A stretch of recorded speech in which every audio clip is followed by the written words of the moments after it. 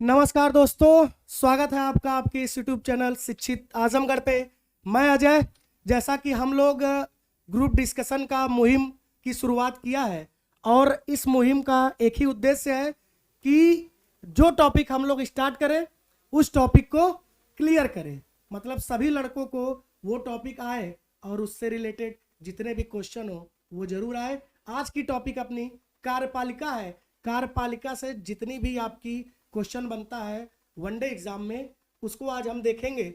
और एक चीज़ मैं आप लोग से रिक्वेस्ट कर रहा हूँ कि आप लोग वीडियो देखा करिए, तो उसको तो पहली बात तो शेयर सब्सक्राइब और लाइक तो कर दिया करिए, लेकिन सबसे मस्त चीज़ ये है कि आप लोग कमेंट बॉक्स में ये बताया करिए कि क्या इस वीडियो में क्या कमी है और इसमें क्या सुधार हमें करने की आवश्यकता है। ठीक है, लड़कों की ऑब्जर्वेशन के लिए आज हम कुछ अलग से करने वाले हैं। मैं इसमें नहीं बताऊंगा। मैं पवन सर को इनवाइट करना चाह रहा हूं जो इसकी क्या बोलते हैं उसको होस्ट करेंगे। जो इसको होस्ट करेंगे लड़कों से वही क्वेश्चन पूछेंगे, क्योंकि पवन सर आज उपस्थित है। मुझे जानते ही आप लोग की ज़्यादा जानकारी नहीं है जीएस के बारे में। और आज ऑब्जर्वर के रूप में हम ओम सर को इनवाइट किए हैं, जो बच्चों में देखेंगे कि बच्चे क्या बोल रहे हैं, क्या इनके अंदर कमी है, क्या सुधार करनी है। लास्ट में ओम सर सबको बताएंगे। आइए पवन सर, ओम सर, आप लोग का स्वागत है। सभी लोग तालियां बजा के स्वागत करिए दोनों लोगों का। आइए।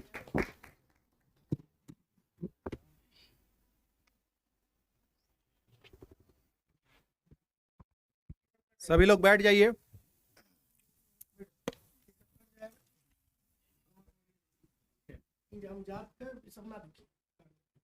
ओके, नमस्कार दोस्तों, मैं पवन उपाध्याय आपका स्वागत करता हूं शिक्षित आजमगढ़ चैनल पे। आज जैसा कि हमारा पीछे टॉपिक देख रहे होंगे कार्यपालिका क्या होती है, और ये आपको भाग 5 में दे रखा है। आर्टिकल 52 से लेकर 78 तक ये पूरा आर्टिकल है। इसमें A to Z हम लोग सारी बातों को क्लियर करेंगे। जैसा कि हमारे पास देख रहे हैं बहुत सारे कैंडिडेट हैं, इन लोगों ने कुछ ना कुछ ये तैयार करके आए हैं और उसको बहुत ही एक आसान शब्दों में रखेंगे आपके समक्ष, और उसको थोड़ा सा मैं डिटेल चीजों में आपको बताऊंगा, क्योंकि ये ग्रुप डिस्कशन है, जीडी का पार्ट है और हमारा मेन उद्देश्य है बच्चों की पर्सनालिटी को डेवलप करना। चलिए टाइम ना लेते हुए हम लोग स्टार्ट करते हैं। इस क्रम में मैं सबसे पहले आपसे जानना चाहूंगा कि आप मुझे, चूंकि कार्यपालिका स्टार्ट होती है 52 से ही, तो मैं सबसे पहले स्टार्टिंग के पहला आर्टिकल पूछने का कोई मतलब होता नहीं है, क्योंकि शुरू होते ही क्या हो जाता है, खत्म हो जाता है। तो आप मुझे कृपया करके ये बताएंगे कि आर्टिकल 52 में दिया क्या गया। 2 आर्टिकल आपसे पूछूंगा, 52 और 53। अभी आर्टिकल 52 में क्या दिया गया? भारत का एक राष्ट्रपति होगा। तो क्या भारत के 2 राष्ट्रपति नहीं हो सकते? नहीं, भारत के केवल एक ही राष्ट्रपति होंगे। ठीक है। हाँ। उसके बाद इसमें जो होगा शब्द दिया है कि भारत का एक राष्ट्रपति होगा, तो ये कब तक होगा? जब तक संविधान रहेगा। तो जब तक देश का संविधान होगा तब तक भारत का एक राष्ट्रपति होगा। आर्टिकल 53 में क्या दे रखा है? आर्टिकल 53 में दिया है कि संघ की कार्यपालिका, और संघ की कार्यपालिका राष्ट्रपति में निहित होती है। मतलब संघ की कार्यपालिका की शक्ति दोस्तों राष्ट्रपति में निहित होती है। मैं आपसे ये पूछना चाहता हूं कि तीनों सेनाओं का अध्यक्ष कौन होता है? तीनों सेनाओं का अध्यक्ष राष्ट्रपति ही होता है। ठीक है। जैसे आप देखते होंगे दोस्तों इंडिया और पाकिस्तान, तो आप देखेंगे पाकिस्तान में मिलिट्री पावर बहुत ज्यादा है, वहां पे आर्मी का ही शासन चलता है, सिविल शक्ति नहीं चल पाती है। इंडिया में सिविल शक्ति के अंतर्गत आर्मी की शक्ति है, तो ये सिविल शक्ति के अंतर्गत आर्मी की शक्ति है। ये कौन से अनुच्छेद में दे रखा है? अनुच्छेद 54। ठीक है, बहुत सही।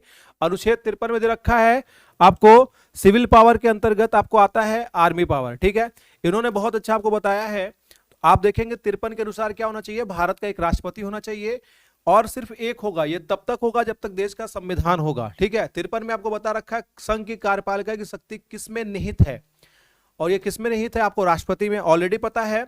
उसके संग संग तीनों सेनाओं का अध्यक्ष कौन होते हैं? राष्ट्रपति। जो कि युद्ध की डिक्लेरेशन, युद्ध की घोषणा कौन करते हैं? राष्ट्रपति करता है। ठीक है, तो युद्ध की डिक्लेरेशन भी ये करते हैं, राष्ट्रपति करते हैं। और सिविल शक्ति के अंतर्गत क्या आता है? आर्मी की शक्ति आती है। जैसे हमारे देश में क्या सिविलियन पावर ज्यादा है, हम लोग ज्यादा पावरफुल हैं आर्मी की तुलना में। तो ये सारी की सारी हमने बातें जानी। एक चीज मैं आपसे ये भी पूछना चाहता हूं कि भारत का प्रथम नागरिक किसे कहते हैं? भारत का प्रथम नागरिक राष्ट्रपति ही होता है। ठीक है, तो ये बहुत अच्छा है। हमने क्वेश्चन आंसरिंग आपको शुरू किया और इन्होंने बहुत अच्छा आंसर बताया। मैं आपसे जानना चाहता हूं आपके इंट्रोडक्शन के बारे में कि आप क्या करते हैं और क्या करना चाहते हैं।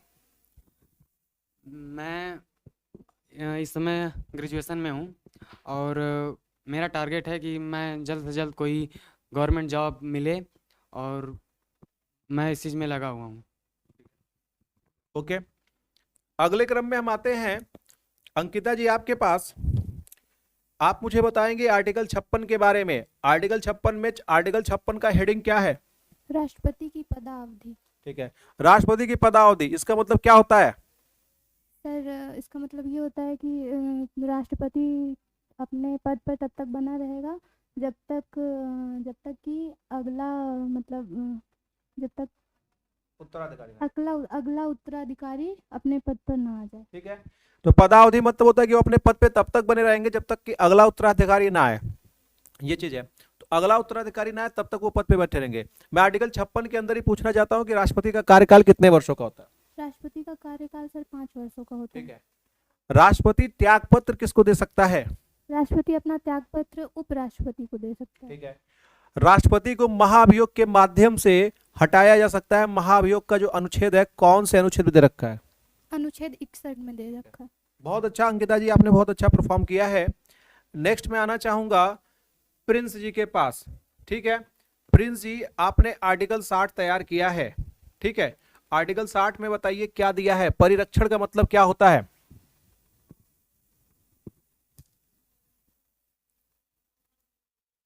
रक्षा मतलब राष्ट्रपति मतलब सबकी रक्षा करता है, संरक्षण करना, रक्षा करना। ओके, तो परिरक्षण का मतलब होता है कि राष्ट्रपति सबकी रक्षा करेंगे, एक सुरक्षा कवच की तरह काम करेंगे। तो पहला शब्द हो गया कि ये परिरक्षण की शपथ लेते हैं। इसमें 3 शब्द दिए गए हैं। दूसरा शब्द है संरक्षण। तो संरक्षण से मतलब आप क्या समझते हैं जी? इससे मतलब पालन पोषण करना। ठीक है, राष्ट्रपति क्या करेंगे? राष्ट्रपति आपको अपने देश का पालन पोषण करेंगे, वो देश के डेवलपमेंट के बारे में सोचेंगे। ये आपको दूसरा शब्द है। तो आर्टिकल 7 में शपथ दे रखा है। दोस्तों, शपथ आपको 2 लोगों का ही पढ़ना रहता है, एक राष्ट्रपति का, एक राज्यपाल का। ये बातें याद रखेंगे, राष्ट्रपति और राज्यपाल का। ये दोनों के दोनों 3 शब्दों का क्या करते हैं? शपथ लेते हैं। परिरक्षण जिसका मतलब होता है सुरक्षा कवच की तरह कार्य करना। दूसरा होता है संरक्षण, इसका मतलब कि हमको क्या करना? देश का पालन पोषण करना है, इसको सही डायरेक्शन में आगे बढ़ाना है। तीसरा होता है प्रतिरक्षण। प्रतिरक्षण का तात्पर्य क्या होता है? युद्ध की घोषणा करना। ठीक है, बिल्कुल सही। यदि आप इंडिया पे अटैक करते हैं तो प्रतिरक्षण का मतलब यह है कि देश को बचाने के लिए राष्ट्रपति भी युद्ध की घोषणा कर सकते हैं। तो ये 3 शब्द है दोस्तों, परिरक्षण, संरक्षण और प्रतिरक्षण। ठीक है, इस बात को याद रखिएगा। मैं फिर से आप लोग पे लौटूंगा। अगले कैंडिडेट हैं आपको नीरज। ओके, नीरज जी आप बताइए कि आर्टिकल 57 में क्या दे रखा है? सर पुनर्निर्वाचन। ठीक है, इससे आप क्या समझती है? पुनर्निर्वाचन से क्या समझती है? इसमें मतलब जो हमारे देश के राष्ट्रपति हैं वो अनगिनत बार राष्ट्रपति बन सकते हैं, लेकिन अमेरिका के जो राष्ट्रपति हैं वो केवल 2 बार ही मतलब राष्ट्रपति बनेंगे। ठीक है, इसका मतलब इनके कहने का मतलब बहुत ही खूबसूरती से नीरज जी ने बताया कि जो इंडिया के राष्ट्रपति हैं वो कई बार चुनाव लड़के राष्ट्रपति बन सकते हैं, बट अमेरिका में लिमिटेड है, वहां पे 2 बार ही बन सकते हैं। ये बात याद रखिएगा। ठीक है नीरज जी, मैं आप पे रिटर्न आऊंगा। आपको अगली कैंडिडेट आती है ज्योति। ठीक है, ज्योति जी आप ये बताइए कि आर्टिकल 59 में क्या दे रखा है? राष्ट्रपति के पद की शर्तें। ठीक है, राष्ट्रपति के पद की शर्तें दे रखी हैं। आप ये बताइए कि राष्ट्रपति के पद की शर्तें के अंदर ये लाभ के पद पे हो सकते हैं क्या राष्ट्रपति? सर नहीं हो सकते हैं। ठीक है दोस्तों, लाभ के पद पे राष्ट्रपति नहीं हो सकते हैं। लाभ का पद का तात्पर्य ये होता है कि सरकारी सेवाओं का आप आनंद नहीं उठा सकते हैं, अन्य सरकारी सेवाओं का, यदि आप राष्ट्रपति के पद पे हो। ठीक है, ये बातें याद रखिएगा। प्लस ये बताइए कि क्या 5 साल के ड्यूरेशन में जब तक वो राष्ट्रपति बने रहेंगे उनकी सेवाओं में कुछ कटौती होगी क्या? सर कटौती नहीं होगी। नहीं होगी, कुछ भी कटौती नहीं होगी राष्ट्रपति की सेवाओं में। इसका मतलब क्या है कि आपातकाल के सिचुएशन में यदि नेशनल इमरजेंसी लगा हुआ है तो सबकी सैलरी को काटा जा सकता है, किंतु राष्ट्रपति की सैलरी को काटा नहीं जा सकता है। ये बात याद रखिएगा। ठीक है, अब उसके इसी क्रम में हम चलते हैं। आपको अगले आते हैं गोपाल। गोपाल जी आप बताइए आर्टिकल 54 में क्या दे रखा है? राष्ट्रपति के निर्वाचन। ठीक है, राष्ट्रपति का निर्वाचन दे रखा है, मतलब इसके मतदाता के बारे में। राष्ट्रपति के चुनाव में कौन कौन से लोग मतदान देते हैं? सर एमपी एमएलए जो गैर थोड़ा सरकारी तो इसमें आपको एमपी एमएलए देते हैं मतदान, जो कि निर्वाचित होते हैं। इसमें आपको मनोनीत नहीं दे पाते। मनोनीत मतलब कि देखिए, राज्यसभा में 12 लोगों को राष्ट्रपति चुनते हैं जो अलग 4-4 क्षेत्रों से आते हैं। साहित्य हो गया, कला हो गया, विज्ञान हो गया और समाज सेवा हो गया। इन 4 क्षेत्रों से 12 लोग को चुनते हैं राष्ट्रपति। तो मनोनीत इसमें नहीं देते हैं दोस्तों मतदान आपको, उसके बाद एमएलसी नहीं देंगे, ठीक है, इतनी बातें याद रखिएगा। इसमें एक चीज ये है मतदान में ही कि पौंडीचेरी और दिल्ली से एमएलए को लिया गया था, निर्वाचित एमएलए इसमें मतदान कर सकते हैं। ये कौन से संवैधानिक संशोधन के द्वारा जोड़ा गया बताइए? 70वां संविधान संशोधन 1992। हाँ ठीक है, बहुत अच्छा। इन्होंने बताया कि 70 संवैधानिक संशोधन 1992 के द्वारा आपको ये जोड़ा गया कि जो आपको दिल्ली और जो पौंडीचेरी है, वर्तमान में 2006 के बाद इसका नाम पुदुचेरी हो गया, इसके एमएलए पार्टिसिपेशन कर सकते हैं, ठीक है। तो इसी क्रम में जैसे इंट्रोडक्शन मैंने केवल अभी तक किसका पूछा है, विनय जी का पूछा है, उसी प्रकार से मैं इधर से स्टार्ट करना चाहूंगा गोपाल जी का। आप अपना इंट्रोडक्शन दीजिए, आप करना क्या चाहते हैं लाइफ में? सर मैं एसएससी सीजीएल की तैयारी करता हूँ, एक्साइज इंस्पेक्टर की तैयारी करता हूँ। ठीक है, बहुत अच्छा। हाँ, इसी तरीके से आप प्रिंस जी आप भी अपना इंट्रोडक्शन दीजिए। क्वेश्चन आंसर चलता रहेगा, लेकिन बीच बीच में हमारे ऑडियंस को बताते रहिए कि आप लाइफ में करना क्या चाहते हैं, क्या उद्देश्य है। ज़्यादा कुछ नहीं, बस गवर्नमेंट जॉब पाना है और लक्ष्य बोलो। SI। अच्छा, बहुत बढ़िया। तो बहुत अच्छा है। बहुत अच्छा। ये एसआई मतलब दरोगा की तैयारी करना चाहते हैं। इस क्रम में देखिए मैंने विनय से प्रश्न पूछ लिया है, गोपाल जी से प्रश्न पूछ लिया है, प्रिंस जी से हो गया है, ज्योति जी हो गई हैं, अंकिता और नीरज जी से बची हैं अभी आपको सालू जी। आप बताइए आर्टिकल 58 में क्या दे रखा है? आर्टिकल 58 में क्या है? आर्टिकल 58 में अर्हताएं हैं। ठीक है, अर्हताएं मतलब योग्यताएं हैं। तो ये बताइए कोई भारत का कोई पाकिस्तान का व्यक्ति राष्ट्रपति बन सकता है क्या? नहीं, क्योंकि योग्यता में क्या है, सबसे पहले कोई भी व्यक्ति जो राष्ट्रपति बनेगा वो भारत का नागरिक होगा। राष्ट्रपति की उम्र कितनी होनी चाहिए? 35 वर्ष। ठीक है, जिसको राष्ट्रपति का चुनाव लड़ना है उसकी उम्र 35 वर्ष होनी चाहिए। उसके संग संग अगला ये प्रश्न पूछता हूं, क्या उसको लाभ के पद पे होना चाहिए क्या? नहीं। ठीक है, लाभ के पद पे नहीं होना चाहिए, ये बात याद रखिएगा। लाभ का पद मैं फिर से बोल रहा हूं कि आप चुनाव लड़ने जा रहे हैं, यदि आप सरकारी टीचर हैं तो आपको पहले रिजाइन मारना पड़ेगा। जब रिजाइन मारेंगे तभी जाके आप चुनाव लड़ सकते हैं, इस बात को याद रखिएगा। अगला आपसे ही प्रश्न है अर्हताओं में ही कि राष्ट्रपति की योग्यताओं में जो योग्यता में दे रखी है, इनको लोकसभा का सदस्य बनने की योग्यता होना चाहिए, राज्यसभा का? लोकसभा का। यदि आप राष्ट्रपति के चुनाव में उठ रहे हैं तो आपके अंदर योग्यता होनी चाहिए कि आप राष्ट्रपति के सदस्य बने हो। और लोकसभा के सदस्य बनने की योग्यता है कि मिनिमम आपकी औसतन एज 25 वर्ष हो, लेकिन 25 वर्ष की उम्र में आप राष्ट्रपति नहीं बन सकते, क्योंकि न्यूनतम उम्र कितनी दी है? 35 वर्ष। इस बात को याद रखिएगा। तो सालू जी से ये प्रश्न था, बहुत अच्छा। उसके बाद चलते हैं हम लोग फिर से आते हैं विनय जी पे। विनय जी, लास्ट टाइम आपने आर्टिकल बताया था 52 और 53 के बारे में। मैं आपसे जानना चाहूंगा कि आर्टिकल 63 में क्या दे रखा है? भारत का एक उपराष्ट्रपति होगा। ठीक है, तो भारत का एक उपराष्ट्रपति होगा। तो भारत का एक उपराष्ट्रपति होगा। इसी क्रम में अगर आप मुझे बता दें कि 63 और 64 के बारे में भी, तो बहुत अच्छा होगा। 63 में दिया गया है कि पदेन सभापति, और जो पदेन सभापति होगा वो राज्यसभा का होगा। ठीक है, आपको 63 में दे रखा है कि भारत का एक उपराष्ट्रपति होगा, 64 में दे रखा है कि पदेन सभापति होगा। कि जैसे आप दुकान पे जाते हैं ना किसी प्रोडक्ट को खरीदने के लिए, सामान को, तो बाई 1 गेट 1 क्या होता है? फ्री होता है। एक के संग एक सामान क्या होता है? फ्री होता है। तो 63 की वजह से 64 है। आपके कहने का तात्पर्य यही है। तो जैसे ही कोई उपराष्ट्रपति बनता है तो उपराष्ट्रपति बनने के बाद वो तुरंत क्या बन जाता है? पदेन सभापति। अगला प्रश्न आपसे ये है कि उसको जो वेतन मिलता है उपराष्ट्रपति को, ये उपराष्ट्रपति का मिलता है कि पदेन सभापति का मिलता है? इसको पदेन सभापति का मिलता है। ठीक है, चूंकि ये काम करते पदेन सभापति का, 63 में तो उपराष्ट्रपति दिया है लेकिन काम करते पदेन सभापति का, इस वजह से इनको तनख्वाह क्या मिलती है? पदेन सभापति का मिलता है। आर्टिकल 65 में क्या दिया है विनय जी? कार्यवाहक राष्ट्रपति। जैसा कि हम जानते हैं कि राष्ट्रपति का जब पद दोस्तों खाली होता है तो 6 महीने के भीतर उसको क्या करना रहता है? भरना रहता है। ये बात याद रखिएगा, ठीक है। तब तक उस पद पे कोई ना कोई काम करेगा ही करेगा। तो उपराष्ट्रपति आर्टिकल 65 के अंतर्गत क्या करते हैं? कार्यवाहक राष्ट्रपति के तौर पे कार्य करते हैं। इधर से मैंने 3 लोगों का इंट्रोडक्शन पूछ लिया। मैं इधर से चाहूंगा नीरज जी, आप अपना इंट्रोडक्शन दीजिए। करना क्या चाहती है लाइफ में, उद्देश्य क्या है? सर मैं तो स्टेट पीसीएस की जॉब करना चाहती हूँ, लेकिन उसके अंदर मैं ये सोचती हूँ कि पहले कोई छोटी मतलब जॉब ले लूँ जिससे मेरी न्यू बन जाए, और इसके आगे मतलब मैं अपने जैसे ऐसे ही तैयारी करती रहूँ, और जो एम है मेरी बस स्टेट पीसीएस की है। इस क्रम में आते हैं ज्योति जी से। ज्योति जी, आपने लास्ट टाइम कौन सा आर्टिकल एक्सप्लेन किया था? सर 59। 59। इस बार आपका कौन सा आर्टिकल आपने तैयार किया? सर 68। 68। 68 में क्या दिया गया? सर राष्ट्रपति के पद पर वो 6 माह तक ही बस मतलब मनोनीत रहेगा। अच्छा ठीक है। इनके कहने का तात्पर्य ये है कि जब देखिए एक तो 68 का रिलेशन करके किसके संग पढ़ेंगे? 62 के संग, 62 है ना? तो 62 में दोस्तों दिया है कि यदि राष्ट्रपति का पद खाली होता है तो 6 महीने के अंदर क्या होगा? वो राष्ट्रपति के पद को मतलब चुनाव होगा। चुनाव होगा। ठीक है, 6 महीने के भीतर उसका क्या करवाना? चुनाव करवाना, राष्ट्रपति के पद को भरेंगे। ये दिया है 62 में, लेकिन आपको 68 में वो कंडीशन नहीं दी गई। यदि उपराष्ट्रपति का पद खाली होता है तो ऐसी कोई भी बाध्यता नहीं है कि 6 महीने के अंदर उनका चुनाव करवाया जाए। ये बात याद रखिएगा।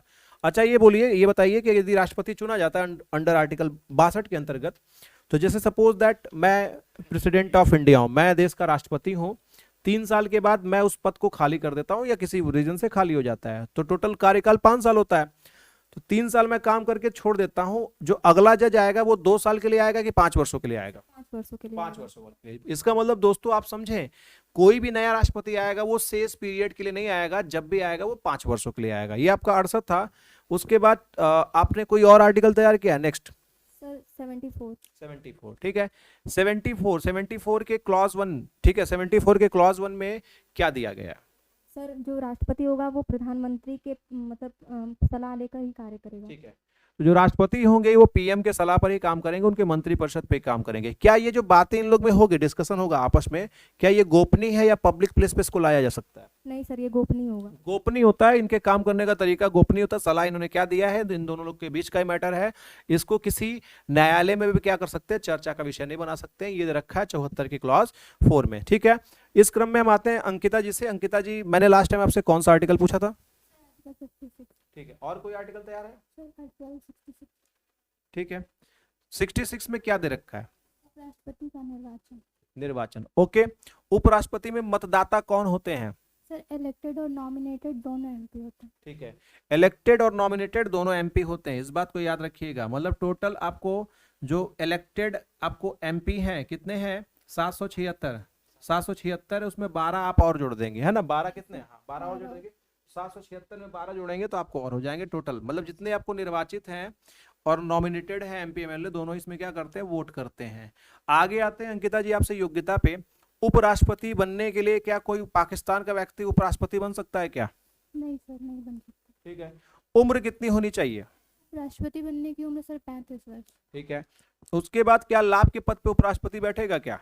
नहीं सर, पहले से वो किसी लाभ के पद पर नहीं होना चाहिए। अगर वो किसी लाभ के पद पे है तो उसको उससे रिजाइन देना पड़ेगा, तब वो लाभ के पद मतलब उपराष्ट्रपति बन सकता है। ठीक है, ओके। उसके संग संग ये बताइए कि जब उपराष्ट्रपति के चुनाव के लिए कोई लड़ने जाएगा तो उसमें आपको जो वो लोकसभा का सदस्य बनने की योग्यता रखता हो या राज्यसभा का? राज्यसभा का सदस्य बनने की योग्यता रखता हूँ। ठीक है, बहुत अच्छा आपने अंकिता जी बताया। इसी के संग संग आपका इंट्रोडक्शन बचा पड़ा है, इधर से इनका हुआ है, आपका बचा पड़ा है। मेरा एम है सर या तो टीचर या फिर मेरा एक एम और है सर, या तो मैं बीएसएफ में जाऊँ। दो ही एम है सर मेरा। बहुत अच्छी बात। तो गॉड ब्लेस यू आपको अंकिता जी। जैसा कि आप चाह रही हैं कि आप एज अ टीचर या बीएसएफ में जाना चाहती हैं, तो भगवान आपकी मनोकामना को पूरी करे। तो मैंने विनय जी से पूछ लिया, ज्योति जी से भी हो गया, आपको अंकिता जी से भी हो गया, सालू जी मैंने आपसे कंप्लीट हो गया, कोई आर्टिकल बचा है? ठीक है, आपसे भी हो गया। नीरज जी आप बताएंगी मुझे, एक बचा है आपको महाभियोग। तो महाभियोग कौन से अनुच्छेद में दिया गया है? आर्टिकल 61। ठीक है, क्या आप इसके प्रक्रिया के बारे में कि प्रैक्टिकल महाभियोग होता कैसे है कुछ? ठीक है, या जैसे मैं आपसे ये पूछना चाहता हूं कि मैं जैसे महाभियोग होता है तो महाभियोग राष्ट्रपति को हटाना है, तो राष्ट्रपति को किस ग्राउंड पे, किस आधार पे हटा सकते हैं? सर जब राष्ट्रपति संविधान का उल्लंघन करता है तो उसे हटाया जा सकता है। ठीक है, तो हटाने के लिए जो प्रक्रिया ये किस में लाएंगे? प्रथम सदन में लाएंगे कि दूसरे सदन में? सर पहले प्रथम सदन में लाएंगे। ठीक है, तो प्रथम सदन कौन होगा, लोकसभा या राज्यसभा? प्रथम सदन सर लोकसभा होगा। ठीक है, कोई भी सदन हो सकता है, लोकसभा या राज्यसभा दोनों। ठीक है, जब प्रथम सदन लाएंगे तो इसमें प्रक्रिया होती है कि इसमें आप जब प्रस्ताव लाएंगे उनके खिलाफ कि राष्ट्रपति को हटाना है, तो उसके जो भी, चाहे लोकसभा में लेकर आए चाहे राज्यसभा में, कम से कम उसके न्यूनतम कुछ % मेंबर उस प्रस्ताव पे साइन करेंगे। तो कितने % मेंबर उस प्रस्ताव पे साइन करते हैं? 1/4। 1/4 सदस्य साइन करने के बाद दोस्तों आपको उसके बाद राष्ट्रपति के पास नोटिस जाती है। तो मैं आपसे ये जानना चाहता हूँ कितने दिन की एडवांस नोटिस जाएगी? एडवांस नोटिस सर 14 दिन के लिए जाएगी।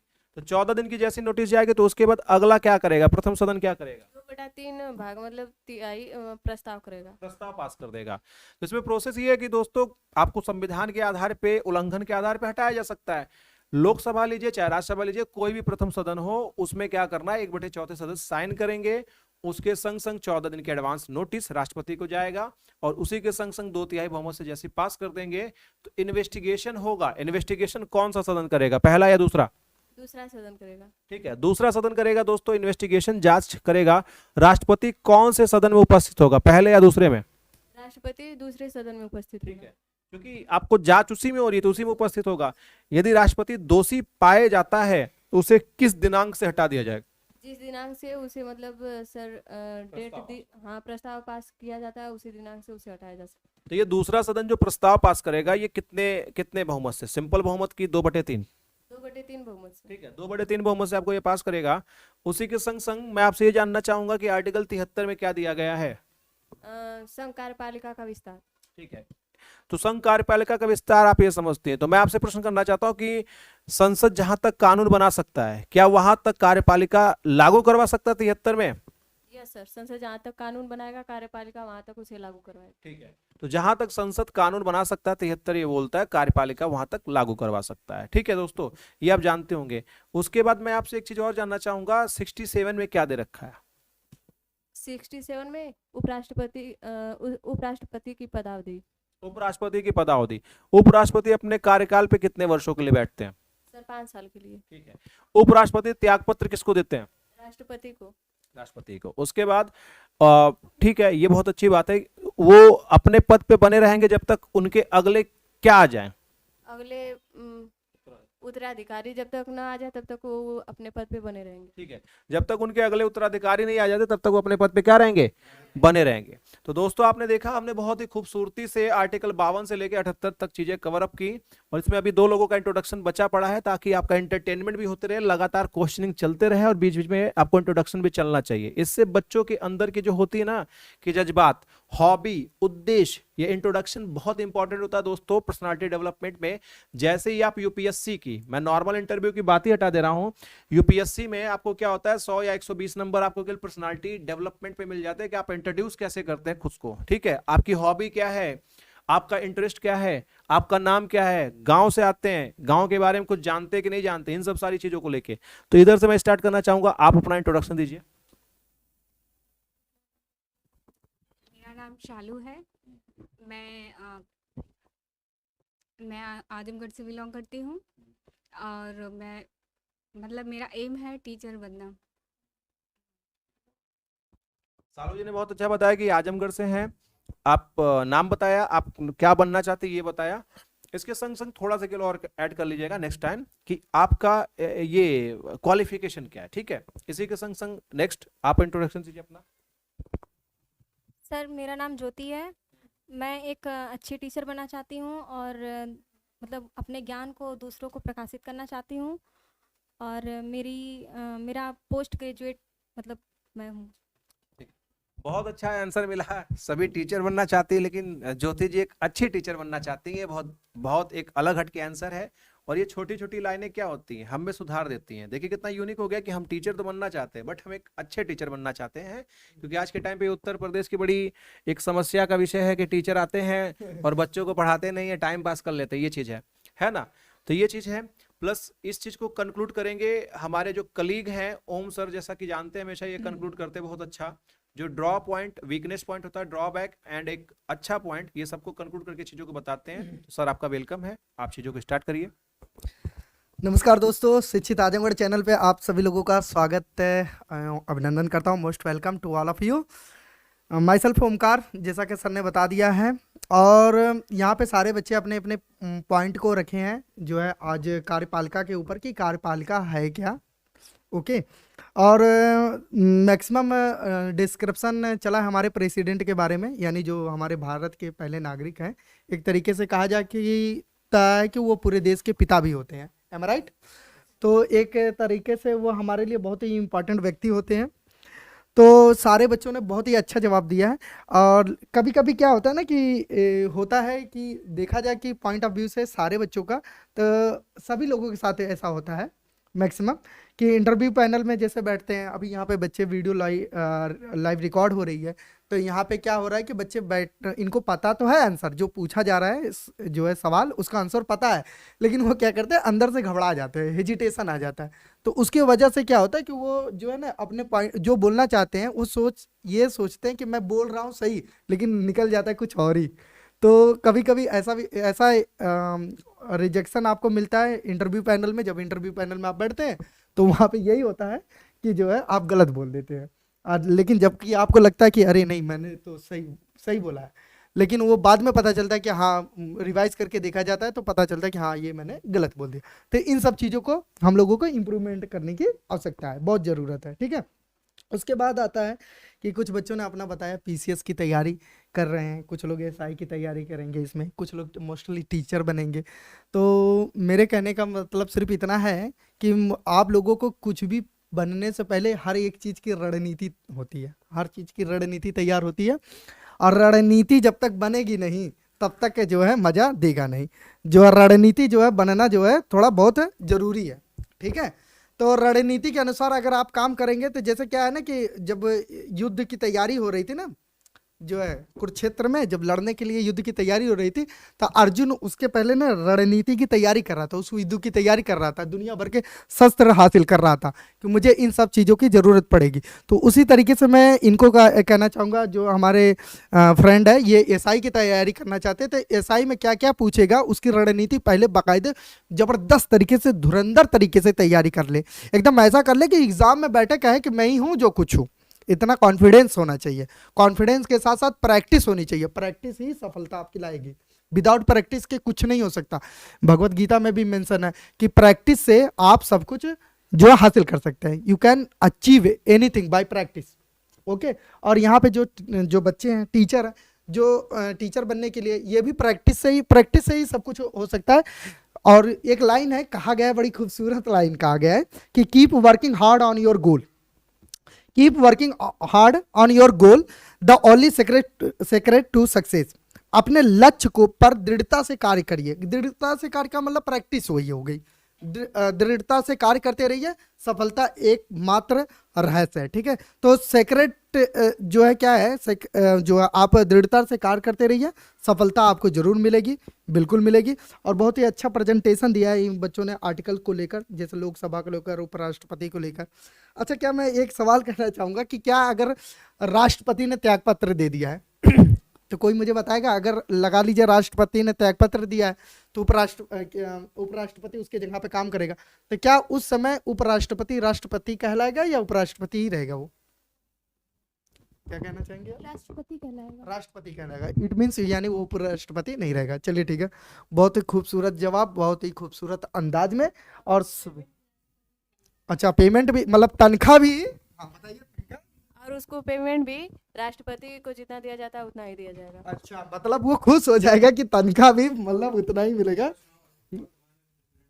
अच्छा, तो मैं ये भी जानना चाहूंगा कि वर्तमान में प्रेसिडेंट कौन है, जो है इस समय कौन है प्रेसिडेंट? सर, वर्तमान में माननीय द्रौपदी मुर्मू। ठीक है, ओके। वेतन कितना है, कोई बताना चाहेगा? 5 लाख प्रति माह। ओके, ठीक है, वेरी गुड, ओके सर, बहुत ही अच्छा। अच्छा, कोई एक और बताना चाहेगा कि इस समय उपराष्ट्रपति कौन है? कोई है? चलिए कोई बात नहीं, कभी कभी ऐसा होता है कि जरूरी नहीं, हम तो यहाँ लर्निंग कर रहे हैं ना, आप लोग भी लर्निंग कर रहे हैं, ठीक है। तो सब लोग लर्निंग कर रहे हैं, तो यहाँ पे सारे लर्नर ही बैठे हुए हैं। कुछ इसमें से स्पेशलिस्ट, जैसे हमारे सर पॉलिटी के बहुत ही स्पेशलिस्ट हैं, ये स्पेशलिस्ट जो है इस यूपीएससी के लोगों को पढ़ाते हैं। तो बहुत बहुत धन्यवाद आप लोगों का। चैनल को लाइक सब्सक्राइब जरूर करें। फिलहाल फिर सर पे मैं लौट के आता हूँ, देखिए क्या कह रहे हैं। ओके गाइज, हमने काफ़ी कुछ आज के डेट में कवर किया इस लेक्चर में। बाकी हम लोग मिलते हैं अगले लेक्चर में। जो टॉपिक होगा आपको सामने दिख जाएगा, टॉपिक क्या होगा। उम्मीद है कि आपको ये टॉपिक समझ में आया होगा। इसका आपको जो PDF है वो शिक्षित आजमगढ़ टेलीग्राम चैनल पे मिल जाएगा। आज के लिए इतना ही, ओके, धन्यवाद, थैंक यू।